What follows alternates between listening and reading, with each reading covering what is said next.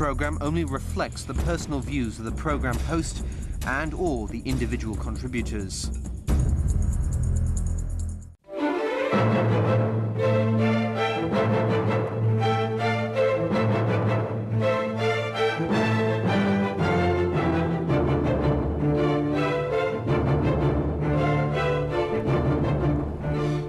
This is Newsline. I am Michael Chigani. We're going to talk tonight about public opinion in Hong Kong with someone who knows all about it, Dr. Robert Chung of the Hong Kong University.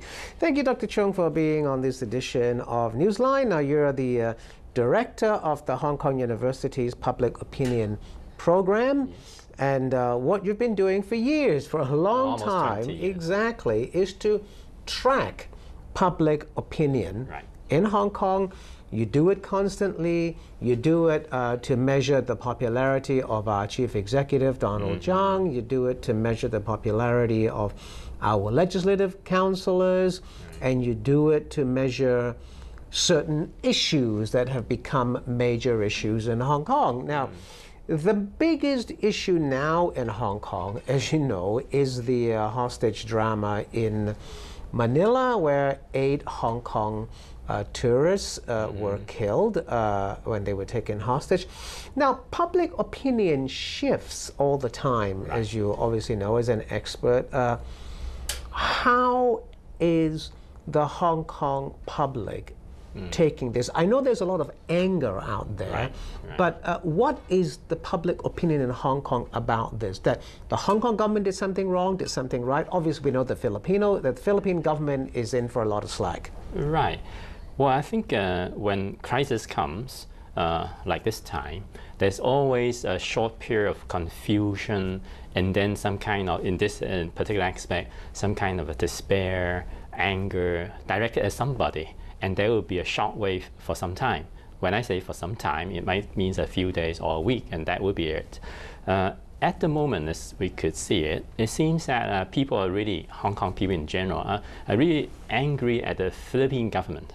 Much more than the Hong Kong government at the moment, because I think people feel that the Filipino policemen are not doing a good job, and then when you look back at what the Hong Kong government chief executive and the officials have been doing, it seems that they do have learned a lesson from many years ago, and they have reacted in a way quite swiftly and in a way quite appropriately, and there's not much sort of public anger directed towards our own government. Of course, the case is still, the situation is still unfolding. It's still, it's evolving. It's only been days. But I mean, how long, you mentioned that the anger is not directed at the Philippine government rather than the Hong Kong government. The Hong Kong government has learned from past experience. Obviously, the experience that springs to mind was when there was riots in Bangkok, in Thailand, and the Hong Kong government reacted very slowly in trying to get Hong Kong people back to Hong Kong. At that time, public opinion turned very angrily against the Hong Kong government, right? Right. Yes, it did. And so I think the government actually learned a lesson at the time. We did polls all the time, and we know that the popularity of government and the chief executive and the principal officials have actually dropped at that incidents in Bangkok, actually Pattaya. And then this time, I think we are not seeing this happen at the moment. Of course, there will be a lot of post-crisis handling. You'll be doing other polls as time goes on this issue, right? Right, but seems at the moment that the Hong Kong government, in terms of popularity, is safe this time. Okay, it's safe. But, you know, I want to ask you this, Dr. Chung. Are we in Hong Kong different when we compare ourselves to other societies in terms of public opinion? Is our public opinion too fickle? Does it move too fast? It moves with the news? This happens all the time in everywhere. When we have polling, when we have reopened government, we see a lot of all these reactions at the surface. It's difficult to say how special or unique Hong Kong society is. We are, of course, very unique because we're under one country, two systems, and it's only us and Macau. That's correct. And you know, we are basically a Chinese society, so there's a lot of Chinese traditional values affecting people's sort of mentality, outlook of everything. However, we are also an international society with a long history of colonial history, so we're basically very liberal in the way that we think it's very important for everybody to have a freedom of speech, freedom of expression. So the way they criticize the Hong Kong government is something, part of their rights.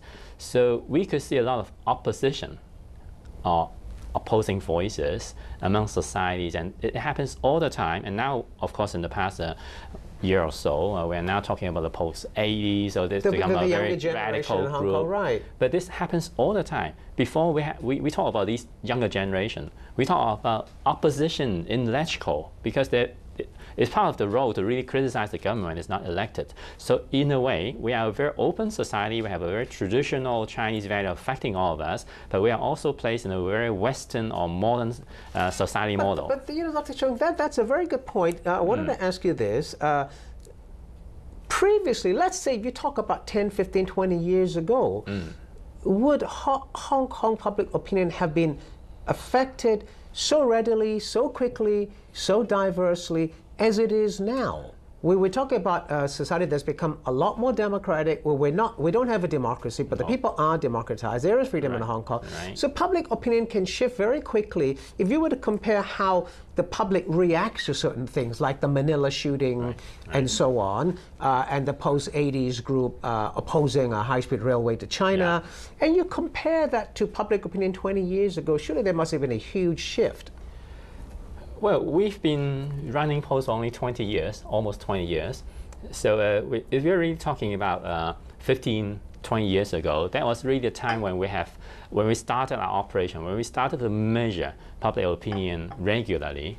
And you recall that in 1991, when we started our operation, it was also a time when Hong Kong was experiencing very rapid changes. Absolutely. 1991 was the first direct election at LegCo, and then we were facing the handover issue, so there was a lot of discussion, and you remember the row between Chris Patten and China. Chris Patten and China, right. Right, so that was also a time of very rapid changes in society, and we could see lots of fluctuations in opinion change on issues, right, on specific issues like political reform or negotiations. And this also happened nowadays. The only difference is that now, 20 years later, we're seeing the huge penetration of the internet, of the younger generation, of very rapid and global media activities. And that affects public opinion very quickly, affects right? public opinion. People get, you know, like for example, going back to the Manila hostage drama, you've had internet people fired up on the internet saying that they were expressing their anger at Filipinos, the Filipino community in Hong Kong, at President Aquino. So opinion is being shaped in a very different way now. Well, it's always been shaped by the media and a lot of mechanism, but it's happening much, much quicker this time. Now, if this same event happens, say, 20 years ago, you might still be seeing live coverage by the TV, but that might be only a one station or only at very important moments. You don't see it happening. But now, there are a lot of... so then opinion will also move very quickly. It will change very quickly. Yes, today you'll feel something, then you read something on the internet tomorrow, and your opinion changes. And it's much more than that. Through the internet, through the Facebook, all these platforms, you seem to know or seem to feel what other people are feeling. And so you're not alone. Previously, you thought, well, you were alone in something. You're alone, and then you start to think about it. Is this really my problem or other people's problem? But now, after just a few hours, you know, lots of people are thinking in the same way as you are. Then you started to feel confidence and become more vocal. And in a way, if you are radical, you become more radical. So this kind of dynamic has been happening all the time, but it's happening so quickly nowadays that the government, of course, everybody else, have to handle react this very quickly, right? Have to Tell react me quickly. this: how long will this anger last with the Philippine government? Public opinion. You get fired up, the internet tells you something, everybody on Facebook, Twitter, and so on, they get really angry, emotional.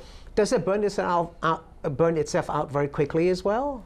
Well, it does, but there are some factors which we have to consider. One, of course, is how the official reactions are. I mean, governments we are now looking at the Filipino government, the Hong Kong government, of course our Chinese central government. They all have a role to play in this incident. I mean, in terms of public opinion. And you're going to do a poll on that? Well, we just work in our usual way. We'll measure opinion regularly. But you know, it's funny because when I first invited you to come on this show, the issue was really not this, because this hadn't happened then when I first invited you.